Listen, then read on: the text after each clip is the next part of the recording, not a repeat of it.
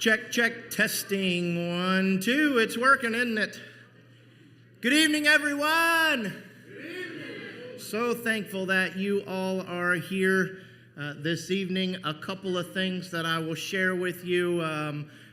There are ballots for everyone, whether you are a committed worker or not. I want you to know that your input on things this evening is just as important as anyone. So please make sure that you have a ballot. If we did ask that you keep those ballots and then vote after the presentation and all of that, but if that's already been done, it's already done. So just so everybody knows, we are live streaming tonight's meeting, and we have asked and give opportunity for committed workers that may not be here present in the building, that they are able to do a vote through email. So that is happening this evening, and I do believe everything is up and running and working, so you can say hello out there on live stream too. So tonight, as we prepare to hear presentation from both the trustees and the financial team, let us come together in prayer and see what God wants us to do. So I'm going to ask you to bow your heads with me. Let's pray together tonight. Father, we love you. We thank you so much for your goodness, for your love.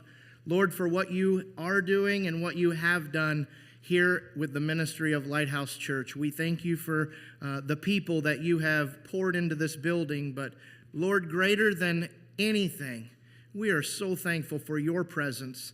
And Lord, what you are doing and the way that we get to just meet with you, I pray, God, that will constantly, your gospel will constantly be the foundation on which your church, this church, is built upon. We pray, God, that you'll just give us discernment, give us leadership, help us, Lord, to understand what you would have for the future of our church. We love you and we thank you. We ask this in Jesus' name, and all God's church family said, amen and amen. Pat, I'm going to turn it over to you, brother.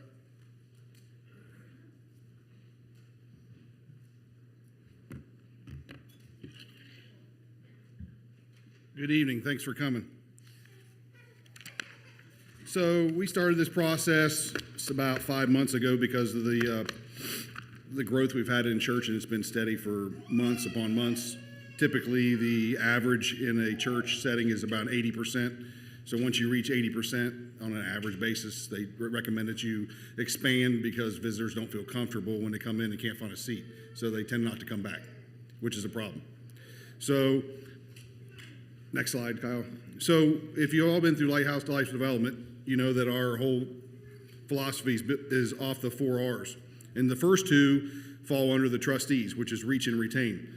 All right, so if you look at the scripture, Jesus' last commandment to us and his disciples was, go ye therefore and teach all nations, baptizing them in the name of the Father, the Son, and the Holy Ghost. We're not all called to be preachers, not all called to go to the corners and evangelize, but what we can be called for is bringing in our community and bringing Jesus to them. And that's where we all have that responsibility. The reward out of this is heaven. You know, the point of this is to reach people for Christ so that they go to heaven. And that's the whole goal of this. It doesn't need to be a pretty building. It's not about being the biggest building, the best building. It's about seats and getting people in those seats. And I'll show you what's coming around this in this area here in the future if you didn't already know. So the first thing we have to do is we have to reach people.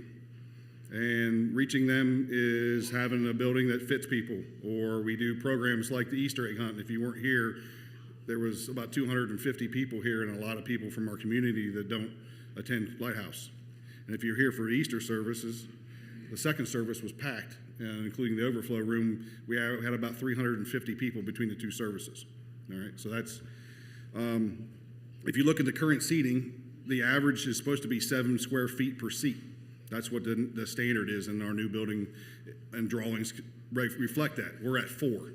So if you think of that, we have about a quarter too many seats in this building. So if you try to walk down the sidewalls, you'll know that you bump into everybody that's standing there. So we've made do with the best space that we have. We've built the balcony for another 34 seats, but we're still full. And it's been that way. Next slide. So what's coming is, like I already spoke about the 80% rule, is the Foxfire growth. So if you don't know, the Foxfire has already been approved last week in council for another end of their development, which is, I don't know how many more houses, but it's going to go all the way over to 104. And just north of that, the Jan Farm, which I'm not sure how many acres that is, but it was purchased for $10 million to add on to that development. So that's just there and not along the 9 commercial developments that people drive past here every day as they go to work. This is our community. This is who we are to reach. Next slide, Kyle. So to give you an idea, this is the development that's coming behind the church within the next 2 years. All right. So we are part of this. I don't know if the laser works. But up at the very left or middle at the top, you'll see it says our church. That's our church. So we've been very blessed to be able to get into this development as a part of the annexation into Commercial Point at no cost to the church. And the reason for that is public water and sewer. So to be able to get those from Commercial Point, you have to be annexed into their village. But this development that's coming back here consists of 2,000 houses. All right. So we were told by the attorneys that within the next 6 months the annexation is going to happen, and then within 2 years they'll start the water and sewer process. All right. So that's what we were told for our timeline by the developer's attorney. So why is that important? Is we can't build a church overnight, but we can't be reactive either. We can't wait for 2,000 houses to come in and nowhere to put anybody because it takes 18 months to build a church.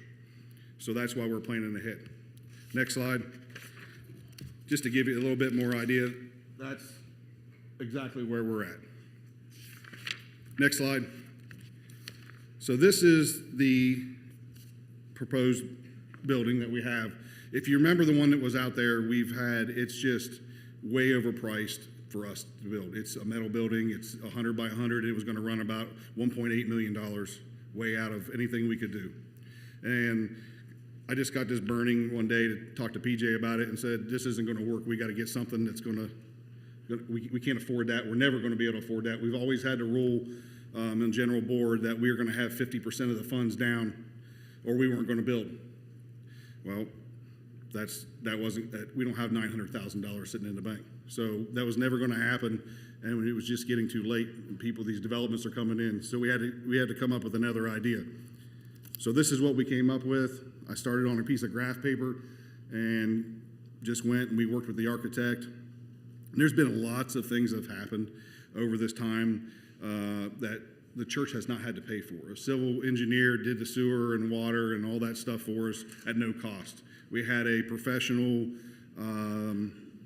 decorator or designer came down from Columbus that does hotels, gave us what colors we should use and what it should look like at no cost.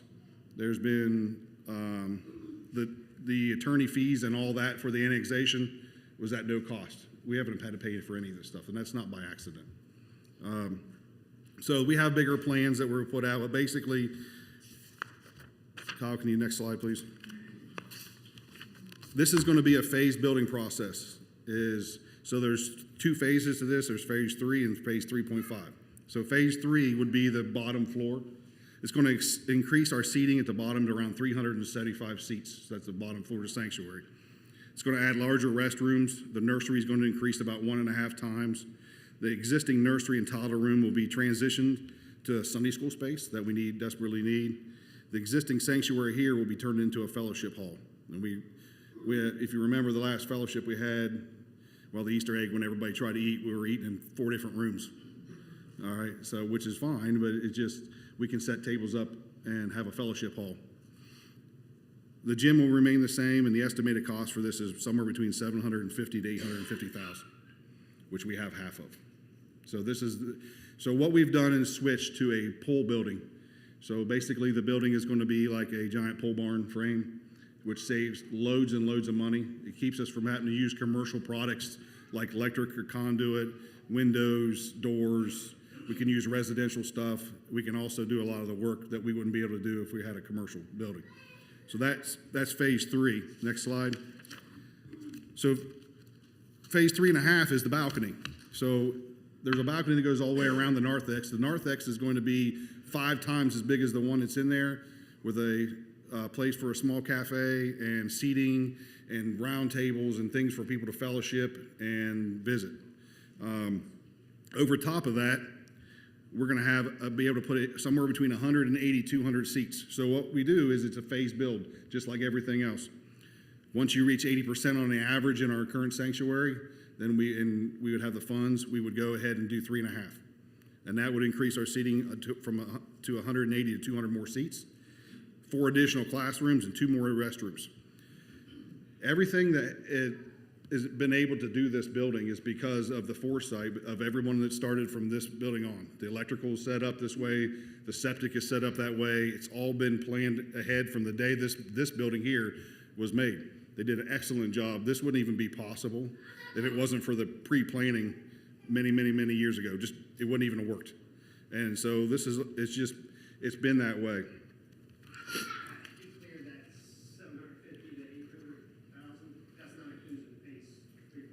Correct. That's just the initial.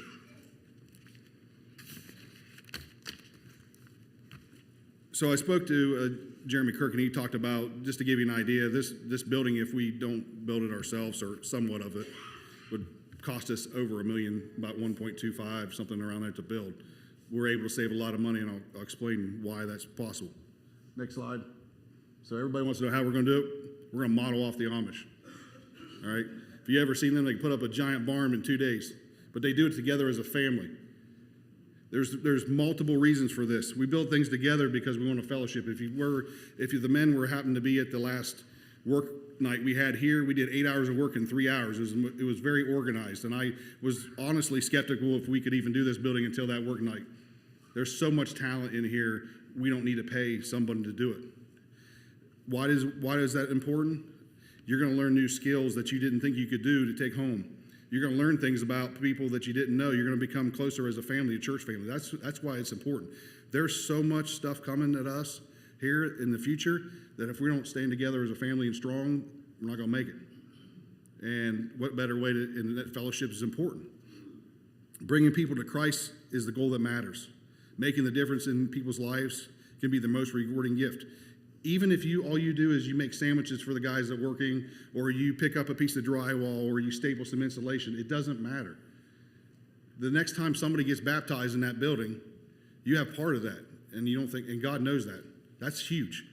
Everybody, it doesn't matter what you can do, we can show you how to do something, you can learn how to do something, you just have to be willing to do it.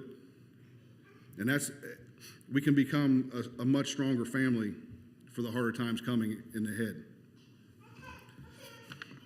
So I'm going to let Andy come up and do the financing part, because there's a time frame. The reason we're bringing this to you is there's 2 time frames that we want to talk about.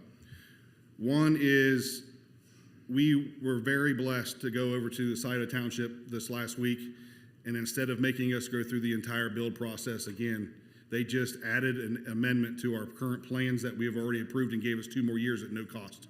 That saved us thousands. We're ready to go. And the second one is, that and the annexation. If it happens in 6 months, if we don't start before then, we have to start this process over with Commercial Point, with their guidelines and all that. We won't get grandfathered in. You have to start the process before you annex in. All right. The second one, which is very important, is the bank, and I'll let him talk about it. But tomorrow's the cutoff for us accepting, and there's a reason for it. Because the bank is offering us something that nobody else in this country would ever offer us. It's the bank out of Circleville. 2 percentage points less than the average rate. And if you add that over the multiple years, that's thousands upon thousands upon thousands of dollars. And that's why this meeting has to happen, is because they're willing to step out and help us out. Andy, if you want to come up and talk about that.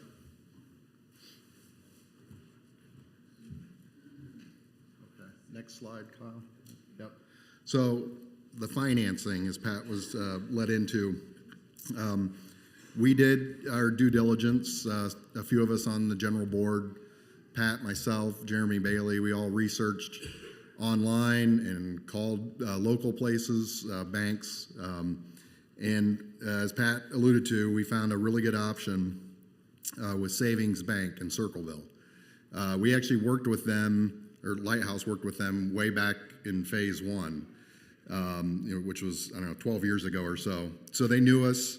They were really flexible, worked with us, and they kept extending the deadline. So we got this quote, and you'll see there the interest rate is 5.75%. That's by far the lowest we could get. And they've extended it a couple of times. Tomorrow is the deadline. Assuming this goes through and is approved, we're going to apply. Well, it's not even applying for the loan. It's just getting it started, and then we'll actually do the closing in about 4 to 6 weeks. But anyways, it's all construction loans, or most construction loans are usually 20-year terms. They were able to get us 25. We asked for that, and they gave us that, which was good. So that stretches out the payments if need be. Although Pat and I, we're really hopeful that we can get this loan paid off, assuming we get the building built and it gets filled up. I mean, I'm confident that we can have the loan paid off maybe within 10 years would be my goal. But we'll see. You never know what is going to happen. But anyways, the other thing with construction loans is they are almost always set up as ARMs, adjustable rate mortgage. So we had a choice between a 5-year adjustable and 10-year adjustable. The 5-year actually was a little bit lower percentage, but then in 5 years it's based off the prime rate, and it's like prime plus 2, and that's kind of unpredictable what rates will be in 5 years. So we went with the 10-year, a little bit more conservative, and it'll be prime plus 0.5% after that 10-year period. But like I said, I'm hopeful that maybe we'll even have it either paid off before then, or we could even refinance ahead of time if it looks like the rates are really high or going to be high at that point. So yeah, Savings Bank in Circleville, and that's actually not even our bank that we use for our regular checking and savings account. We did talk Vinton County Bank; they couldn't provide that rate, and so we feel good. This is the best rate, like Pat said. Now, because the prime rate actually went up, I think last month. If we were to miss this deadline tomorrow, my guess is that 5.75 would go up to at least 7 or 7.5%. So we're getting a good deal at this point. Okay, so the source of financing. This is something that we spent quite a bit of time on, just making sure, like Pat said, we don't. It's always kind of been not necessarily a written rule, but kind of an unwritten rule that before we do any addition, that we have at least 50% or very close to 50% of the funds, and not be heavily leveraged with debt. So the source of the financing, if you recall, Pat, the estimate for the addition is $750,000 to $850,000. So we're looking right now that the loan that we would take out would be no more than $450,000. Although I want to be clear, we're actually going to apply for a $600,000 loan, and that's only because we have in our building fund there is a CD that matures in December. So that money's tied up right now. It's about $150,000. That's part of our existing building fund. And so we might need to float that money for a little bit. Like we would need to borrow from Savings Bank, and then that CD would mature in late December, and then we would turn around and bring back the balance down to, hopefully no more than $450,000. And then, so that's the first source of financing. The second source is from our existing building fund, which right now sits at close to.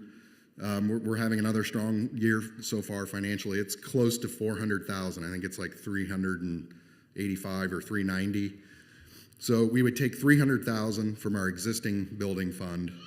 That leaves us for anywhere, actually closer to $100,000 left in the existing fund, and that we want to always keep that kind of reserve in place. We don't want to completely tap out our savings, and that $100,000, that easily gets us probably 6 to 9 months of operating costs. If things, who knows what could happen, but it at least gives us that buffer.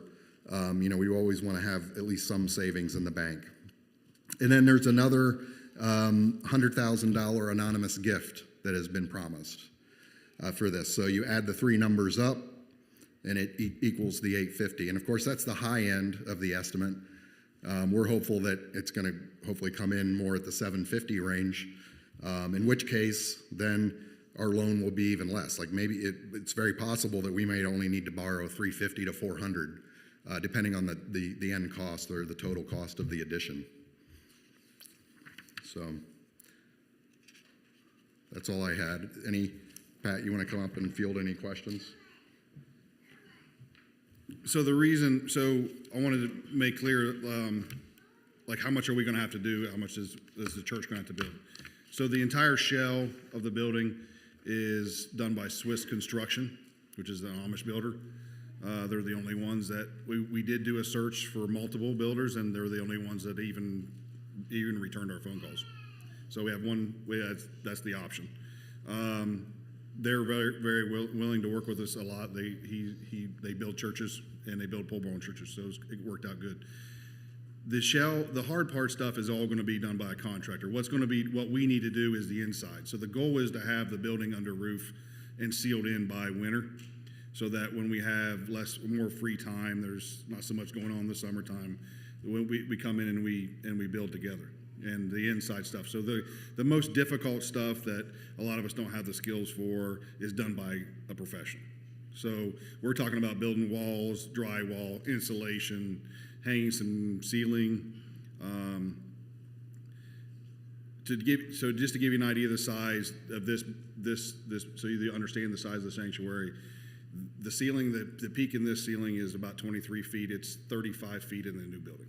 So add another 10 or so feet. And the walls are 20 feet tall, so that you have the room for the balcony that goes all the way across there and across this way for seating. So this sanctuary would sit right in the middle of that one. So it's a good sized building. Another reason we wanted to go with wood frame was because of HVAC. We didn't have to get commercial.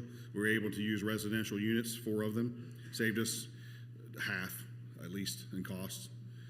So we've done a lot of work on this.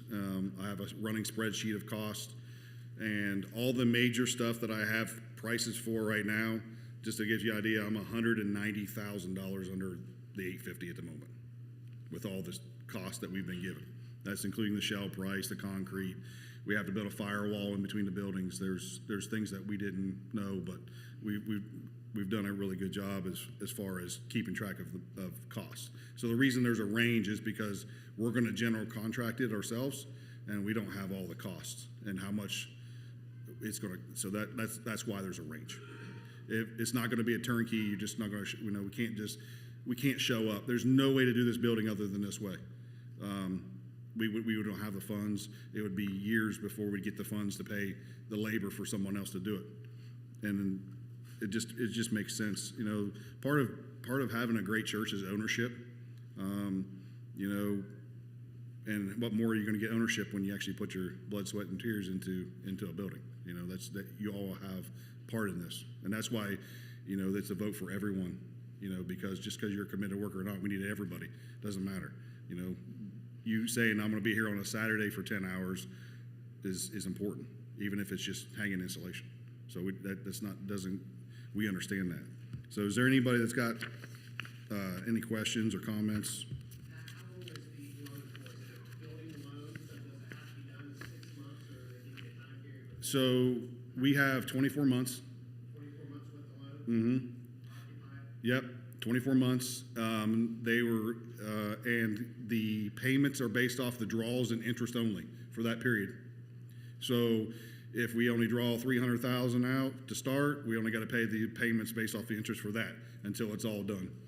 So that gives us plenty of time. This is an 18-month process. I'm not going to lie. I mean, it's not going to be fast, and that's why we need to get started. Just for the simple fact, it's going to take us a while. There's not going to be a crew of 10 or 15 guys in here working 40 hours a week. It's not going to happen. But we've got so much stuff donated already. I mean, somebody today donated the use of a backhoe for the entire process at no cost. I mean, stuff today, a check came in the mail that we weren't even expecting. I mean, there's just too many things. It's just one thing after another and another. We run into a roadblock, and God gives us a bridge. It literally has happened. We've been working on this every day for at least 3 months. And it's, constantly back and forth between there and the architect, and the architect's doing our drawings a half price of anybody else. I mean, it's just amazing that we're even be able to even be here today to even talk about it. So does anybody got any questions or comments besides that? Sorry, go ahead. Where did the 750,000 or 850,000 estimate come from? So, Where did that come from? Is out of the air? so Did somebody give you that as a turnkey? no, so that was based off of the fact of the price of the shell and times 3 is. So the shell itself is around 300,000. So they said do you finish the building, if you do the work yourself, it's around 3 times the price. So that gives. What happens, how much is it if you hire a turnkey to get it done? I don't know. I wouldn't even, you're talking a general contractor, then you're gonna sub that out and they're gonna take their percentage, and then in their percentage, we wouldn't be able to afford it. There's no, I mean, The quote on the 100 by 100 building, which this one here is 80 by 100. The quote on the 100 by 100 was 1.9. Turnkey. And that was 5 years ago. 80 by 100. So the shell's 300 times 3 is just for extra material. Times 3 is for material to repair. Do we have a drawing where we've got everything priced out? so we've got almost, the only thing we're waiting on is the truss price. We just got the drawings today for the trusses to go up. The question being asked is, this is going through your budget. Oh, Do you want to just go through the budget? I think that's the piece that's better.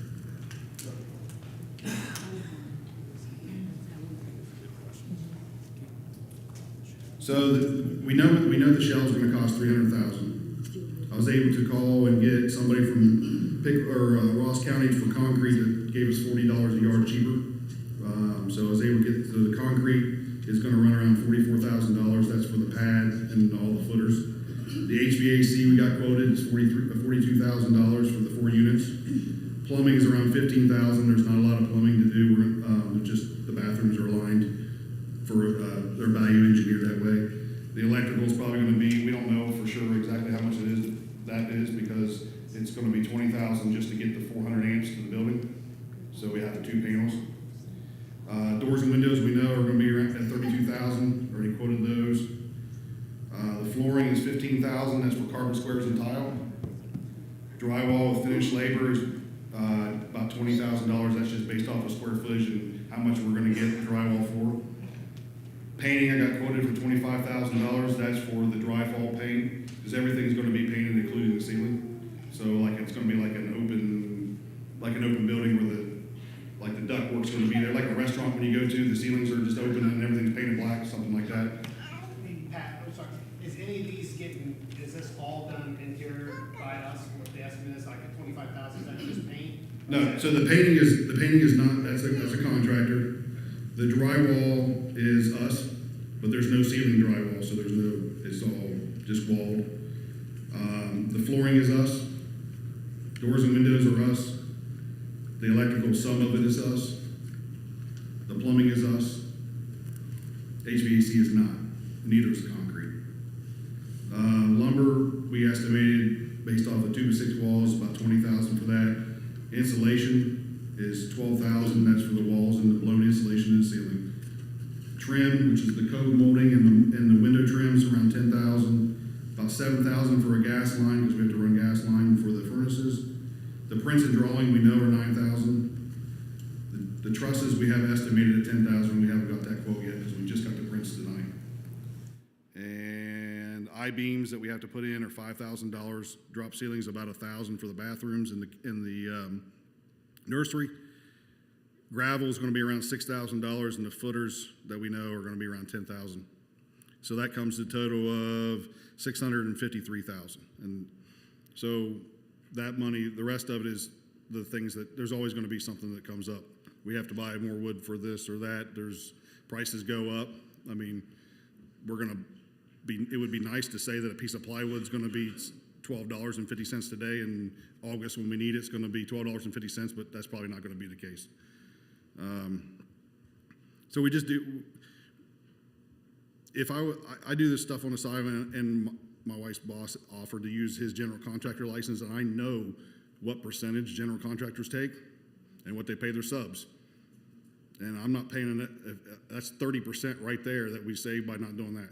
So if you take 30%, even if that, and add that to it, I mean, that's $100 and some thousand that you're just giving away. And that's why we have to do it ourselves, is because everybody, I don't care what general contractor you use, all takes their cut. And their sub takes their cut. And then they sub that out to their sub. And somebody's gonna have to run it anyways, because it's just how it works. And that's why we have to, there's no way we can turnkey this. There's just no way. Have you figured extended parking lot in this price? Because there's no way that parking lot holds the capacity of the new building. So we have not figured it in, but that would be gravelled into the north side, could be extended for the gravel, yes. Yes, laid out to do that. That would have to be done in order to have room for parking for people to be in there. Well, we would hope that would give us a few months buffer to get people in the door, and then it doesn't all have to be done at once. Chris? I'm hoping Andy can go back to one of the slides. I saw some numbers, 5.75 for 25 years, and then a 10-year adjustable. I was totally confused. Can you explain that to me? Yeah, it's, I mean, for 10 years, the rate will be 5.75. And then in year 10, if we haven't paid it off or otherwise refinanced it, in year 10, it would adjust to whatever the prime rate is at that time plus 0.5%. Thank you. So we talked to the bank lady. She just, this is all construction loans work this way. They don't do it's not like a mortgage where you can go get a 30-year loan for that. It doesn't work that way. So typically they say most people in commercial development have their loans paid off in 10 years anyways. And so, and we've always have here as well. Just to give you an idea, last year overages was $90,000 that we had. So, you know, even if you put an extra $45,000 extra on your mortgage, half of that, it gets paid off pretty quick. So So the extension on the parking lot you would do after you do the building? if we have funds left over, we'll do the parking lot. But the main thing is to get the building done and get the seats in, and then we can, I mean, it would be nice to be able to figure that all in, but Which you could be able to do possibly if you come in under. 100%. So, you know, it would just be gravel, and we have the backhoe. We could probably do some of it ourselves and just extend it. I mean, we have the backhoe for as long as we want. So, and we have a dump truck to haul gravel, and we've got quoted. So we could do that ourselves. We don't necessarily have to pay somebody to do it either. Since it's already done on the drawings, the drainage is always already in, and that's something that we could do in a weekend to, you know, make the lot bigger if we had it. Do you have a rough estimate of like what gravel costs would be for that? I mean, just a rough. So it's just different gravel. The 304 gravel, I guess, if we pay is $12, or we're getting it for $15 a ton. So I don't know. No, that would be several $100,000 for that size of the lot.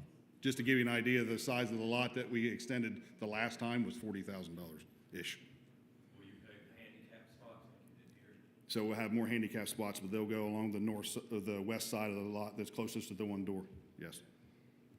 And there'll be a sidewalk that goes from, so there'll be, the building comes over this way, and there'll be another 26 by 26 canopy that goes over the actual driveway, and then the sidewalk that's right there in front of the handicap spots gets extended to the pavement so that those individuals can walk straight on solid surface, or if they need a wheelchair.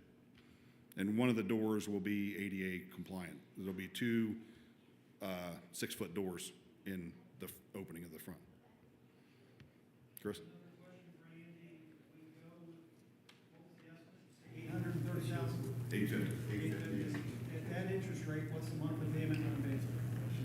Well, the loan that we're gonna take out would only be a max of like 450,000. We're using 300,000 from our building fund now, our existing.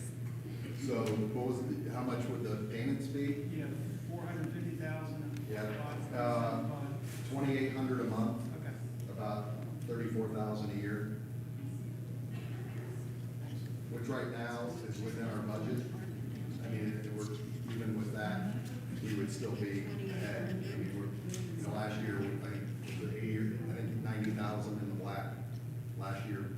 So, and this year we're projecting probably close to the same, anywhere from like 70 to 90,000. So the loan payment of 34,000 a year is very doable. Even if the church doesn't grow? Yeah, even if it doesn't grow, I mean, if it's, you know, some of this is, you know, faith-based, you know, if the church shrinks, then that's a whole different story, but, you know, we can't wait until, we're never gonna fully fund the building unless someone wants to donate another $450,000. So, I mean, it's, the fact that we're doing a loan with this good rate, and it's about 50% of the project, where many churches, the average church loan, just to give you an idea, is well over $1 million. And we're not even doing half that, so. Can I add something? Being in real estate, I can say, once this project is done, we're gonna have a lot of equity in this property. So even if you didn't have the people, you're still gonna have the equity in this building. You're not really gonna be out, yeah, millions of dollars. And we have the people, this church is growing every week, there's new families coming in every week. We're gonna continue to grow. Yeah, and yeah, well, the We gotta growth keep you our doors open. mentioned, yeah, it's, I mean, we're being proactive with this.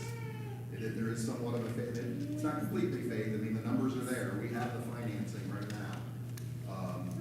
So, and like the loan to value that Jeremy was alluding to, after this addition is finished, the estimated value of our entire facility would be $2.25 million. And we would only have a loan of $450,000. That's like less than 25%. So that's a really good loan to value.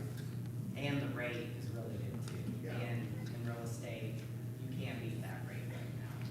And like you said, you can always refinance later if Yeah. the rates do go down. And they're not. So the lady that, at the bank, I can't remember her name, but she was extremely helpful and was very interested. She was here to look at the other building and what we need to do to fund it and all that. And she just flat out told us, if you can't pay it off in 10 years, just come see us, we'll refinance it and be done. That's what she said. It's literally that quick. And she had an offer to us because of our church. She was so impressed with our church. We had that offer in the same day. She actually is the underwriter. She just does it all the commercial loans. And so I talked to her in the morning, and by the afternoon, Andy and I had a day offer. So it was really quick. I didn't have to wait. And she's been very patient. We've asked her to extend this several times until we could have a meeting.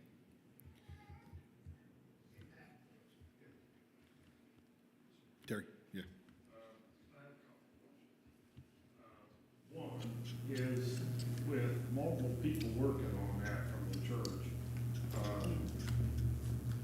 I think that, I don't know if they looked at it, but I think that the insurance policy should be looked at because of, with that number of people and with that amount of work that appears to be us doing, there may be a good chance of somebody being injured. So we got that covered. I called today, and we switched our church insurance to it. We used to have a church insurance that covered the United States, where what they do is they also know when you cover the United States, you share the cost of everybody across the United States. We went over to a Mennonite church-only insurance last year that only covers Ohio and Indiana, so we only share the cost of that. Our insurance actually dropped $1,500. And so today I called and talked to them. They have, it's a special builder's amendment to your insurance.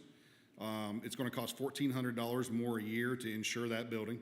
And they add a rider to it, and it covers everybody while the building's being built. And then the rider gets taken off once the building is completed. So that part is covered. And the other would be, what about the seating and the sound system? So there's been a digital board mostly donated to the church already, so that's covered. The seating these chairs will be repurposed. They will be cleaned. The exact same chair is still currently made in Georgia. They're $100 a chair, and we were working on some fundraising for that but these chairs exactly the same will be just moved over and added to. Same color, same everything. So they're $103 a chair shipped. We have a question that came in from live stream. How long did it take to acquire the current building fund of $300,000?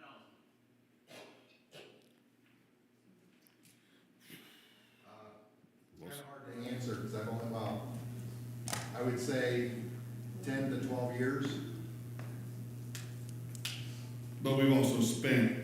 Yeah. So that project there, phase 2.5, or the youth room was in there, that was $47,000. The parking lot was, well, that was also, a lot of that was donated, so. So there's been some donation, it's hard to say exactly because there's been some very gracious donations that came in for some specific purposes that we used for those purposes and then added to them. So we haven't built any other building since the children's wing has been built, so that's been multiple years. How much more would it be to do the 3.5 from the structural standpoint on the upper deck for the more seats? All right, so here, this building is built ready for that. So what I mean, so the steps on this building by code have to be on the outside. So there's two doors, one on the west side and one on the north side. The pads and the footers will be poured already for that to build that. But you have to actually build additions up and put the stairs in that way. And then the flooring will be completed, done, and also the plumbing will be roughed in, ready to go. I don't have an estimate. We didn't even try to get there, but I would say several $100,000 because of the extra outside stuff that we have to build on. And so the Pickaway County, they're gracious to let us build this in phases.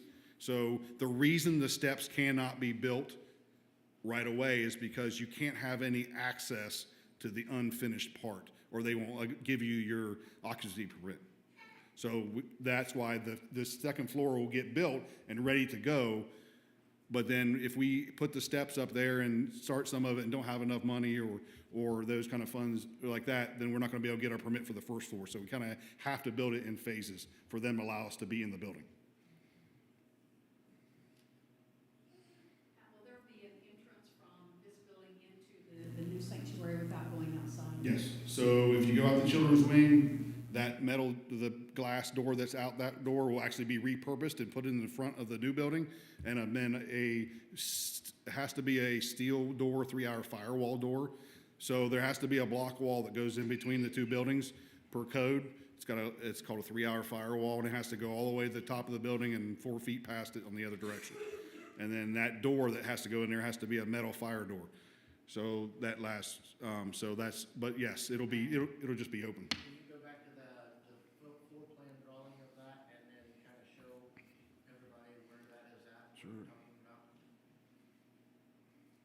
You can see where they connect right there. Where's the laser button? Now, this was the original phase 3 drawing, this is not the new one, right? No, this is the new one. This is the new one? Yeah. Kyle, what's the laser button? Where's that at? Green button. There. All right. So this door right here, this is the children's wing. So here you come out of the gym, you would turn left, you would come out, that's there. That door will get moved over to one of these doors. These are those steps that I was talking about. They show in the drawing, but you'll see they say future. We have to put the word future on the plans and not build them. Otherwise, we'll have to finish the whole upstairs. So but to get prepared, we'll already have the concrete pads and the footers done here and here, so that when it's time, we don't have to do any digging, or it's just ready to go. And then the plumbing, already comes out past the building. In the bathrooms, there's a wall right here that's a chase, and it goes right upstairs, right up to the next bathrooms, which are right on top of each other. So the plumbing is a lot cheaper and a lot easier. So we'll have bathrooms here. There'll be a restroom, half bath for the nursery, and then there's a sink over here for a portable cafe. We don't call it a cafe because then you got to do a lot of code stuff. but there'll be a sink and a countertop for a coffee maker. So eventually, this will be a toddler room, this first room, when we get more rooms, and they'll both have access to the playground. But the nursery will have a door that goes out to the playground right away. The front of this building, as you can see, it'll be a lot of it's gonna be glass. These are 6 foot by 7 foot windows and 2 doors, so it'll let a lot of natural light in. The ceiling will be 10 feet tall, and it'll be open. So it'll be open truss, 22 inches truss. So when you actually look up, you're actually gonna see almost 12 foot. But it'll be spray painted white or with a fall paint like they do in restaurants. Saves a lot of expense by not having to finish the ceiling. How is that skinny room in between the nursery and the bathroom? This right here, that is a utility room. So that'll house a water tank, a mop sink, a furnace, and an electrical panel. And then the other one, the room back here, it's basically the storage is for the baptistry and for the furnaces will be on top because it'll be a 2-story room, and then there'll be some electrical in there as well. So we will have a bath. Yep. And so if you look here, the stage comes out. This is 7 feet. It's actually wide enough to put the baptistry right up front. So it'll be elevated. This is 12 inches. The stage will be 21. So it'll be a little bit higher. That's as high as we can go without having to do extra code stuff, like banisters and stuff like that. Does everybody get upstairs inside the building? Yes. So I don't have a second floor dwelling yet because he hasn't sent it to us. Right. But the youth room is the bathrooms are going to be here. So this door right here, right on top of it, will go into the youth room. But not right away, because we can't go in there until after we get our permit, and then we'll put another door in there once we get the second story. So you'll be able to go, if the overflow room that's up there is basically this section right here. And so you'll go through the youth room or the overflow room, there's a wall, and then there'll be a double door there that mimics this one, and you'll be able to go to all there. There is just, seating is from here to here, and from here to here, and then there's classrooms. Here is a double, and over here is a double classroom for space. So the reason we did that is in phases. If we're adding Sunday school rooms for the growth of the bottom floor, but then what about the second floor? When we add more seating, well, we need growth for Sunday school there. So that's why we added the Sunday school rooms upstairs. So everything gets grown in phases. Bathrooms, Sunday school rooms, larger nursery, and seats. The next phase is the same, just a little smaller version. To add to Christian, so there isn't a set of stairs in this phase 3 to get up to the balcony there? You gotta use these stairs here that's existing to walk through phase 2.5? No, these steps right here will be built. Yeah, those are from the outside, right? No, those are inside. So you see, this has to be finished space. Jack just, It's combination, it's for inside access to get to the outside as well. yes, both. So Jack said we had to build them on the outside like that. That one on the backside is gonna be useless. The parking lot's over here by the canopies, like that. Well, that's how you get upstairs. That's how you get upstairs. No, I understand, but I understand when people come into church though, they're not gonna walk around one set of stairs and get to the back one. Yeah. The back one is just a egress exit. Yeah, that's all it is for emergency. Yep.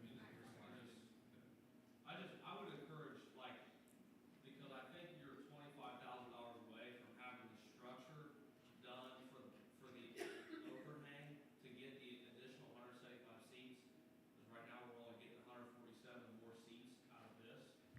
And the mess that it will make to do it whenever we can afford, if it's $180,000 more, like I would just suggest that maybe we think about, going into a little bit more debt now to avoid the mess later and have more people. Because the mess to put that on top of an existing sanctuary can't get done in 7 days. So it's just gonna be a mess. But the structure part, if we're already doing the work anyway, buy 2x8s from subfloor and just get the structure, like the foundation part to where it doesn't sag, the foundational part to it, and we can put the floor. That's already being done. The floor, it's already done. That is, Okay, so- the structural piece is finished. Okay, so That's we just part gotta of put the floor on. That's part of the bill already. Okay, so we No, the floor's already on it. It just wasn't finished. No carpet, no risers, no chairs. Oh, well, then I guess I don't see the point of, I mean, a little. Well, so we gotta put 2 more HVACs in. 2 more furnaces. All right? We gotta build these. We gotta put in bathrooms, because you can't build it, we don't have that in our budget. I mean, Just hearing that you have $180,000, I mean, and that's off of only taking a $450,000 loan. I'm just saying, I think there's a little more room to at least think about. I'm not saying you have to do it, I just know the mess it takes to do all that later. When I could, you could run a 2 bathrooms, rough plumb it down into your concrete foundation, and it's plumbed, for $2,000 of material. I mean, if we're already doing it, that's what, I understand if you're paying a licensed plumber, they're gonna charge you $30,000 to do it, I get that. Is that something that could be, I'm assuming, like, could be decided towards the end of the project? we could, so the plans will be done, we just gotta say we're gonna go do it. Okay. Does that make sense? Yeah. We're not gonna go back and say, Jack, can you draw us these plans? The plans are done. We just, phase building allows us to not make any rush decisions, and if we have the money left over, then we can do whatever we wanna do. But there's just, that whole upstairs has to be finished to take occupancy. That it has to, you can't do some of it. So to give you an idea of how we're preparing, there'll be a half wall built on top of the floor, all the way across this drywall with a piece of trim, okay? And then what that's designed to do is, that hides the balcony that's unfinished. But then when it's time to build the balcony, it'll have glass, that just comes off and throws away, it's a couple $100. So there's no tearing the drywall, we're already prepared that way. And then we would like to put steps down into the sanctuary when we build that, so that people, when they wanna come down to the altar, they don't have to walk down the back steps. But that, you can do that stuff later, once we get in there. The most important thing that we wanna do is get seats. And right now, we're at 200 seats in here, that puts us at 175 more seats. When it starts reaching 80%, obviously more funds will come in and we'll have more money. But if we have the money left over there, of course, we're not gonna just give it back. We can do, like Scott said, we can do the parking lot. If we have $20,000 left over, we can do the parking lot, because we need more parking. And by the way, like I mentioned earlier, we're actually gonna apply for a $600,000 loan.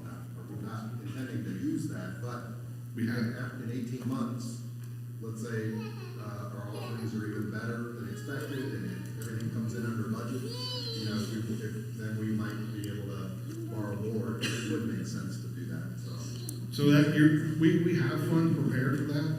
It's just, you don't wanna be caught off guard to build a building and then you can't move into it because you don't have the funds. That's just doesn't make any sense. So by having a buffer with the loan and the extra money gives us, there's always gonna be surprises in every construction project, no matter what. We've had 15 or 20 of them already and we haven't even started. So you need to have that. We don't have an unlimited budget. We, as a board, have set what we feel comfortable as a monthly payment so that we're not going to be church poor, just like people, when we want to be house poor, we can't even put furniture in it. All right? But like you said, we don't know what happens. The plans are going to be done. The plumbing's already roughed in for the bathrooms in the Chase that's going to be upstairs. If we have $35,000, $40,000 left over and we think we can do it, we can do it. So I didn't understand that the top was already gonna be framed out either, I didn't understand it. So the floor trusses had to be valued, engineered, and everything to be able to hold a certain load based off of that. So those have to be installed first. Then there'll be 3/4 inch plywood, floor decking all the way across the top. The only difference is there won't be a hole in the wall to get access because we don't have permission to be up there, that's all. But we have the plans done to build it. If we get there and we say, well, we need to start building this, well, we'll just meet on a weekend and go build the bathrooms. It'll be done. And you did say that the footers and stuff for the stairs for future are already gonna be, we're just building up from those. Correct. Yep. So everything will be prepared, just like they did with all these buildings. It was all done in phases. We're just continuing that to another phase. I mean, without them preparing, like, for example, is the septic. The septic is sitting right outside those double doors by the children's wing, right in line with those bathrooms. But they already planned for that when they built the other building. So it's just a matter of hooking into it. So things like that. Scott? So, the church is gonna be a general contractor, who is going to be that general contractor? And if we're able to use your wife's company, right, Stacy's company, to do that, are we able to pull permits for everything that we would be doing under his license, that, you know, we're trying to do ourselves? And I know, you know, being part of these other phases, it's a full-time job for a general contractor to keep on top of things and keep things going and motivated and everything else that goes on there. I have a caution, pastor can't be our general contractor. Correct. Pastor loves to work, pastor loves to do all this stuff, but pastor is the shepherd, and if we're building this because the church is growing, pastor's got more shepherding to do than he does building to do. And I've got a fear, right, that if we don't have someone that's stepping up within the church that is gonna own that general contractor position and be that lead person over this project, we could have some real challenges. So we have that covered. John has volunteered to do that. It's what he does for the city of Grove City. So yes. And what about permits? So the permits is the only ones we got to pull is the electrical. JR's already got that, working with a guy who's willing to do some of the work and pull the permit for us. And Mr. Miller, who runs Gina's company that she works for, is helping us out with the other ones. I've got two more questions that came in from online. Yep. Question number one, $850,000 to build. How much of that budget is to outfit the inside? That's turnkey. That's done. Done. Okay. Second question, is there still donations coming in from the incoming neighborhood? I don't know. I don't understand. You mean water, how you got free water and sewer? I didn't know we were getting any donations from anyone that I know of. I wonder if they mean like the fact that we got, with the annexation was free and all that. Maybe that's. Oh, that was just because the developer is willing to work with the church. That's not has nothing to do with the actual neighborhood. The water and sewer fees were, tap fees were $17,000, and then we have to run the line. I wanted to kind of go back to the earlier online question where they asked how long it's taken us to get the current building fund, which, by the way, we're not using all the existing building fund. We're only using about 75% of it. We have close to 400,000 in there now. We'd only be using 300,000, and we keep that 100,000 for savings. We have, since 2020, so in the last 3 years, and that includes the COVID years, which, you know, were challenging, the building fund has grown approximately 130,000. So we've done really well. We wouldn't be doing this. We've done really well financially for the last 3 to 4 years. Actually, pretty much every year we've done well. And that actually, the balcony addition and the playground, that was another 42,000.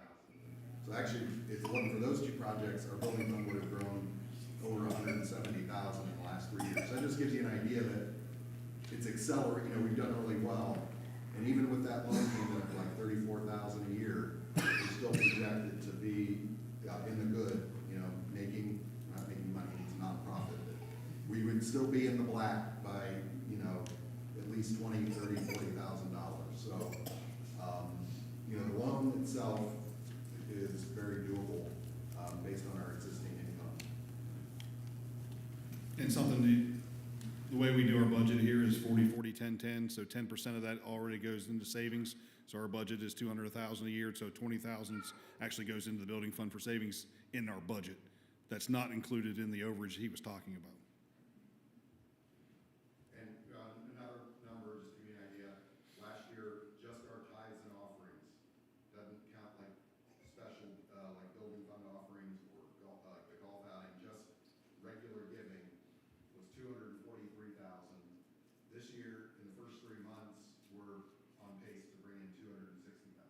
So we're continuing to see growth in our giving. So that's another key factor in why we believe this is the right time to move forward. Ms. Janet?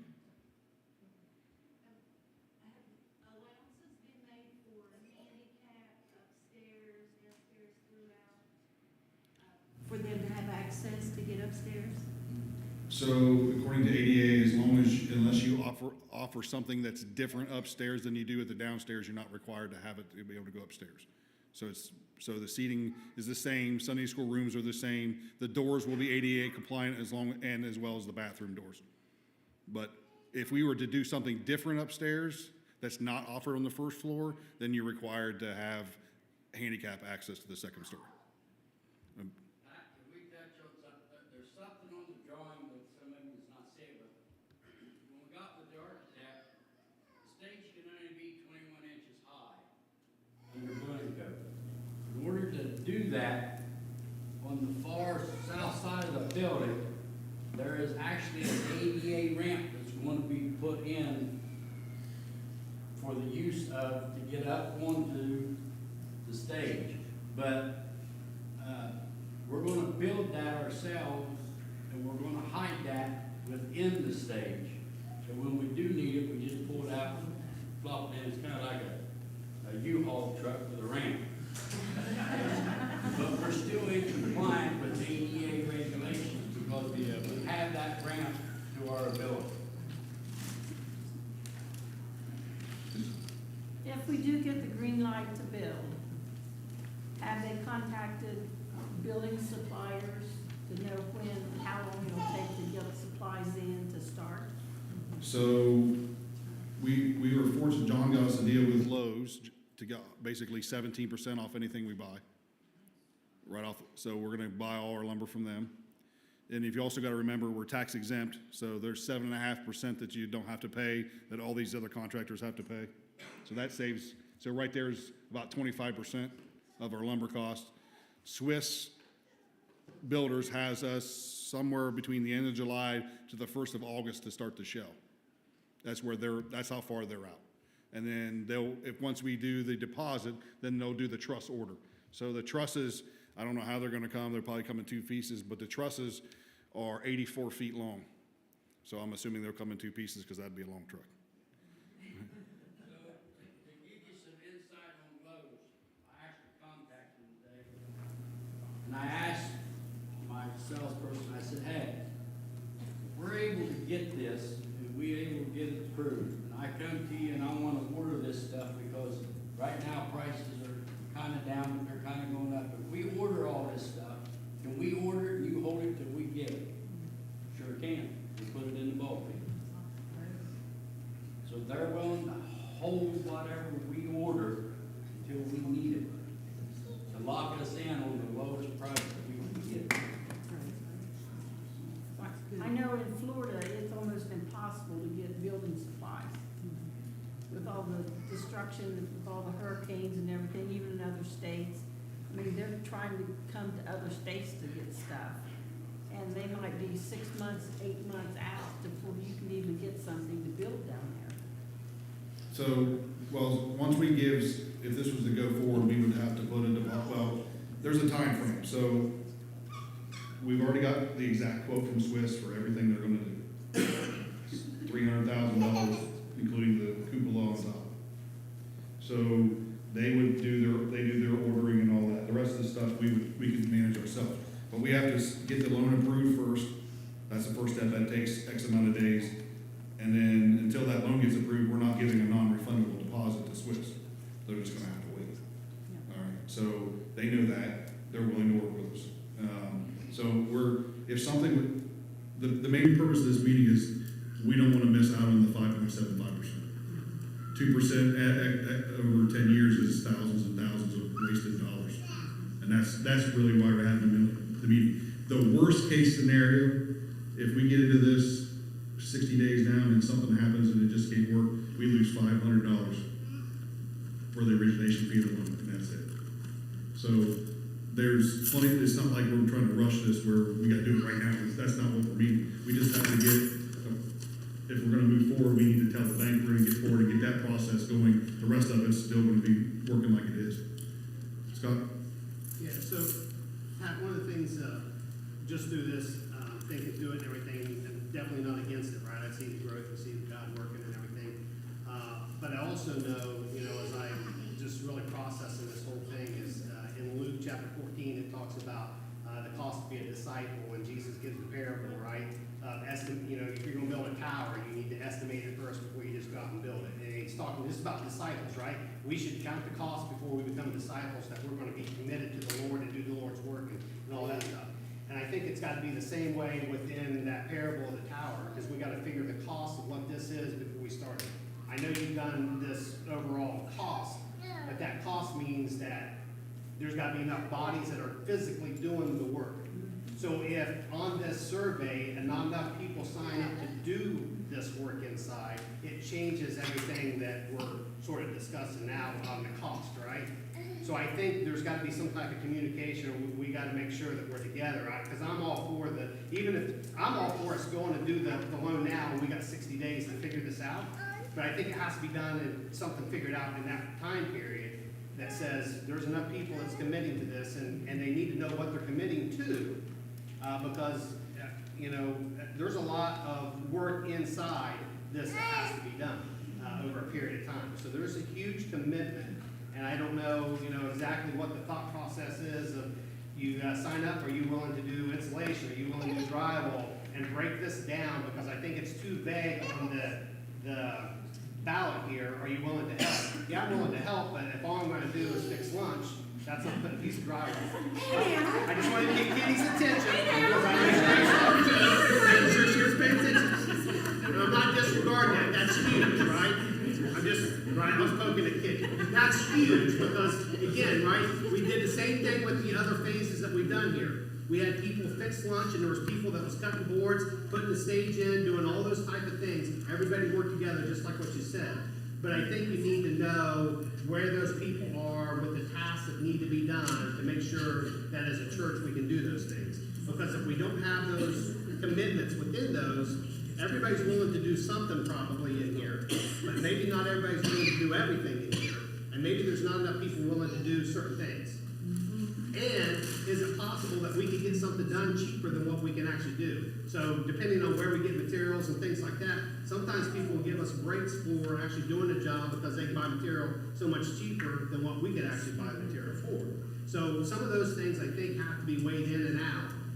Because going back to Ryan's thing, when you look at these numbers, right? If we're doing it, then there's got to be that commitment that we do it. And I don't know that anybody can sign up today and say, yes, I'm committed for 6 months, 12 months, and I'll be here every weekend and do what needs to be done on the inside. I agree, and that's why we added the ballot that we never done before, where, I agree with that, but I think that number 2 question, or whatever it is on that ballot, I think is too vague. I'm willing to help, but I also know that I'm limited to what I can do too. I do want to say, we talked about not putting something on there where somebody feels like they have to commit to something today. But there will be something else, correct? Yes. Where, like, some sort of sign up or something. And I'm good with it, because I think that's part of counting the cost or estimating the cost before we start the actual building. Because if we don't get, if all we get is John, JR, and you to sign up and work on the building, you're not gonna get it done in 24 months, right? You guys are good, but this is not gonna happen. So, I think that's gotta be part, my mind, that's gotta be part of what we take into consideration tonight. If we vote on this, we need to have another meeting and something to decipher before that 60 days up is for the green light, to say go with it. Because otherwise, it changes all this number and everything that we're looking at. I mean, we could find some contractors, I'm not saying we have to do, and we're not doing everything, it just, there's, the drywall was considered to be finished with someone else, that was a cost. We're just looking to where we can save money. If somebody can do something, maybe we can do it and not have to pay somebody to do it. Well, here's, and I fully understand what you're saying, Scott. Trust me. There's other avenues we could reach out. I know the Career Academy with the contracting over there, the kids are always willing to learn. It's just a matter of the church is okay, I'll go talk to them. We can get some free people, One thing that I stressed in one of the trustees' meeting was get our youth involved. I'm willing to teach anybody, just come together as one to try to get it done. But, there's resources out there that we can go ask and you know, John, and I'm not disagreeing, I just think, Right, I right, think, I I mean, think we gotta right. have this time period here, and Right. we get all that in place. Right. Before we say go, Right. right? So me personally, I would like, if we're gonna do this, the understanding is when I vote, that it's sort of the yellow light that we're proceeding with the bank tomorrow because the interest rate and everything's great with all this. And we go to the green light before 60 days comes about, that we're all good moving forward with that. And at that case, like you said, $500. And, you know, that's nothing for this interest rate itself if we do move forward. I don't know, and again, I'm not saying anybody's not, I think we gotta get more info for that piece itself. And just because, you know, Jill, Wendy, myself, I don't know if there's anybody else that was here from some of the original building teams, right? There's a lot of effort, a lot of work, and a lot of stuff that goes into it. And I don't know if we've got all those details right now to just go completely, go ahead. Well, we're still waiting on some numbers to come in and that's why but the main reason we're having the meeting is the bank. Like I said, we don't have to, this is not like, hey, we're gonna go put $55,000 down on the deposit for Swiss tomorrow. That's not gonna happen. So, we just need to get the bank stuff done. Any other questions? You know, this is exciting and something to look forward to in the church, but you said it's 18 months to complete this. You said we're at 80% capacity, that's when you start looking at future plans. Katie made a comment earlier, new people coming in the door every week, Easter Sunday, with 2 services, we have 350 people, and I know that's a special Sunday. What is the church doing now to handle the growth between now and when the new building's done? Is there considerations of temporarily doing 2 services or something along those lines to help manage the growth that's gonna happen between now and when it's built? Are we using the overflow room on Sundays right now, or just the balcony and the sanctuary? Just the balcony and sanctuary for normal services. So we do still have the overflow room. How many will that overflow room hold as a counter to what I've been saying there to kind of cushion the area here? 30 to 40. 30 to 40 people.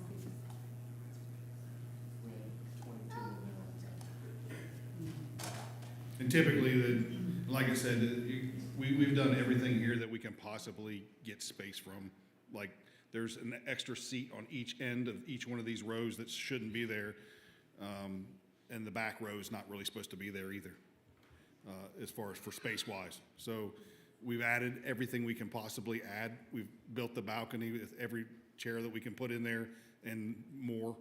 And we've always had the overflow room, but it's a great, overflow room is great for principle, but in reality, if you've ever spent any time in there, it's not the same as being in the service, you know? It's a Band-Aid.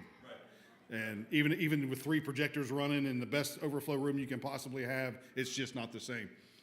And you can't hear the prayers or the testimonies, even with 3 mics in here. And you know, I've volunteered many times in the overflow room, and I don't feel the same as I do when I sit in the chair. But it works. Phil? Yeah. In the time being, on this growth, has you guys considered maybe 2 services on Sunday? So we've talked about that at the board, but at the current rate, we still have empty seats on Sundays that we can all squeeze in. But you were saying earlier that once you get to that, visitors. Well, Not it's got- comfortable enough with that. but it's, the development, we're trying to get ahead of all the development. The development's not there yet, other than Foxfire. So there's more, the main thing is the 2,000 houses that's gonna go in the field behind us. So that's not gonna happen for a couple of years. So that would hopefully be done by the time that Griffin. Well, I mean, here's the thing, the church family is the decision maker on that. And we were at 2 services, we sent out, you know, we talked, we put out a, survey, sorry, looking for the word, a survey, and the church family, when they spoke then, asked for 1 service. So that's why we have 1 service right now. But when did we take that, sir? I'm trying to remember when we took that. That Is survey a would have year and a been half ago? in 22. right after COVID was over. Yeah. So, but it's something you gotta remember, 2 services sounds great, that's twice as many nursery workers, twice as many sound people, and twice as many kids room.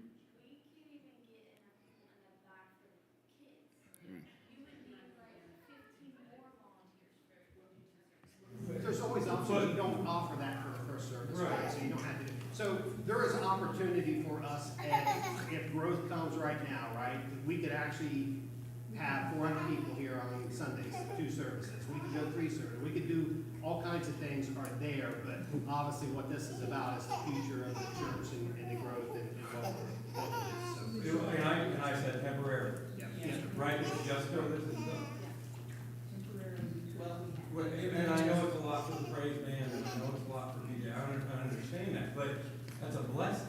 Yeah. You know, and I feel bad, I'm sorry, DJ, voice can hold up, but. I don't think we're there yet. I think we're about 80%. I mean, if you get everybody here on the same day, then yeah, it's full. But you got people who don't come every week. It's And in and out. summertime I don't think drops. we're there to do 2 services. So, But the I'm just option's asking if that conversation there. or We- The option's there, but I don't think. time frame has been discussed.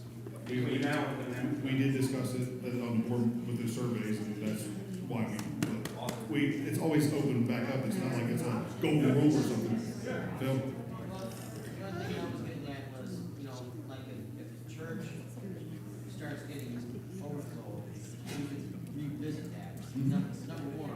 Number two, we don't wanna, like you said, people come in here and every seat is full. It's sort of like a church, turn around. Well, if you've got 2 services, I don't think you'll have like every seat full.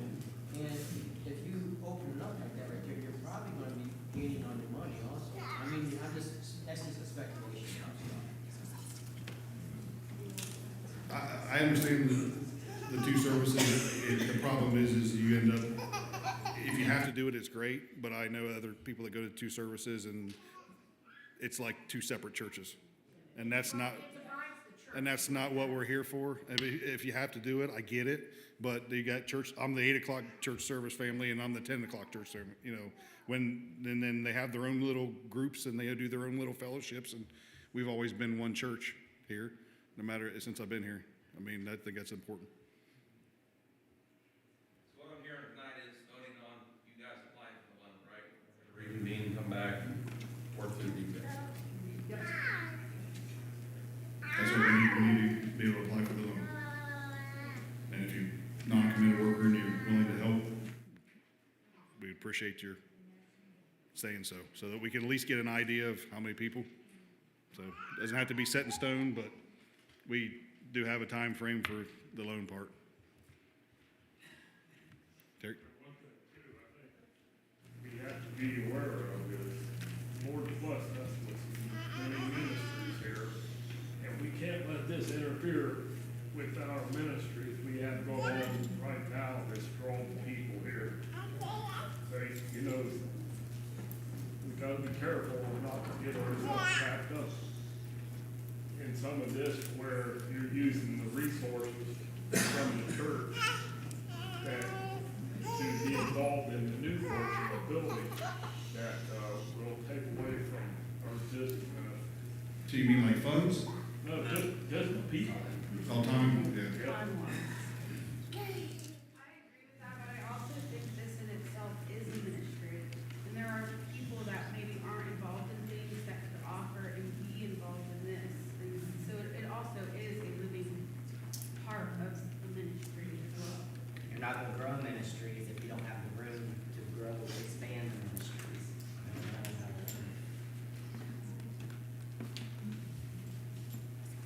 else got a question? You too.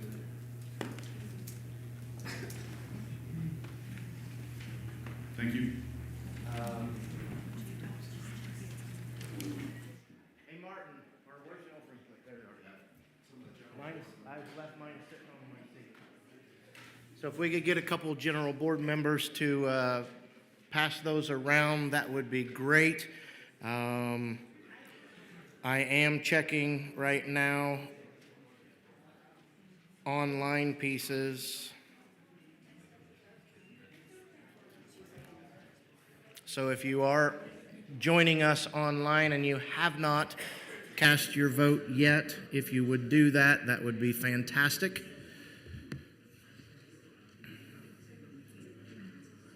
And a couple things before we dismiss or get out of here, I think would be extremely important is this.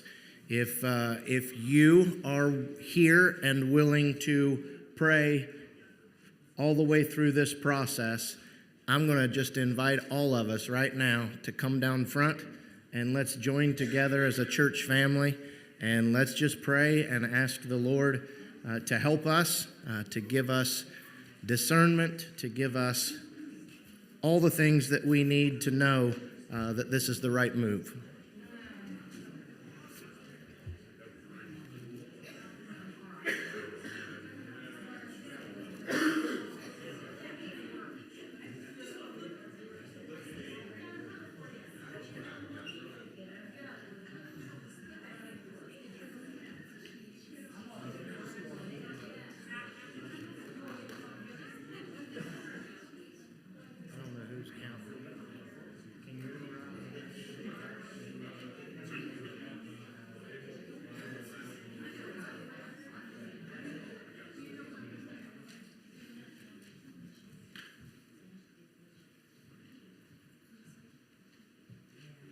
Let's come together and let's pray together, okay? Father, we love you, God. You are good, and we are so grateful for who you are and for all the things that you have done and are doing. Lord, I pray that you will be with Lighthouse. Lord, I think we all hear from each person that spoke up tonight. Lord, I pray that the heart of Lighthouse has been exposed, and that is, Lord, the hearts of people.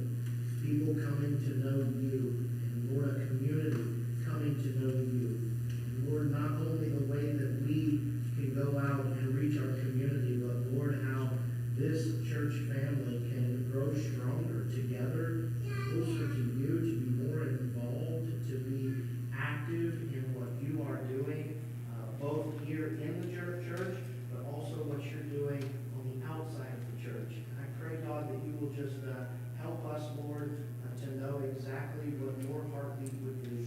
And I pray, God, that you will just help each and every one of us, Lord, that are willing to pray, that are willing to serve, Lord, the ones that are willing to step up and give. I pray, God, that you'll just give us leadership, give us direction. Lord, I pray that you will just continue to do awesome and mighty things right here in front of us. Lord, already through this process, it has been awesome to see you work. And I pray, God, that we can stay focused, Lord, on those things. Lord, things that glorify, things that honor you. I pray that you'll be with us, be with this church family.